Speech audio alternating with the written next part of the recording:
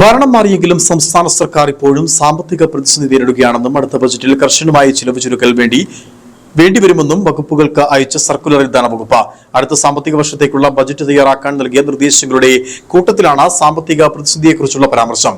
പ്രതിസന്ധിയെ കണക്കിലെടുത്ത് കടുത്ത അച്ചടക്കം പാലിക്കുന്നതിനുള്ള നടപടികൾ കൈക്കൊള്ളാനും ധനവകുപ്പ് നിർദ്ദേശിച്ചു. ശമ്പളം ഒഴികെയുള്ള പദ്ധതി ഇതര ചെലവുകൾക്ക് ഈ വർഷത്തെ നിരക്കുകൾ തന്നെയായിരിക്കണം അടുത്ത വർഷത്തേക്ക് നിശ്ചയിക്കേണ്ടത്. ഇതിനായി ലാഭകരമല്ലാത്ത പദ്ധതികൾ ഒഴിവാക്കണം. മാറ്റിവെക്കാവുന്ന അറ്റകുറ്റപ്പണി ചെലവുകൾ തൽക്കാലം ഒഴിവാക്കണം. ഇവ പിന്നീട് പരിഗണിക്കാം.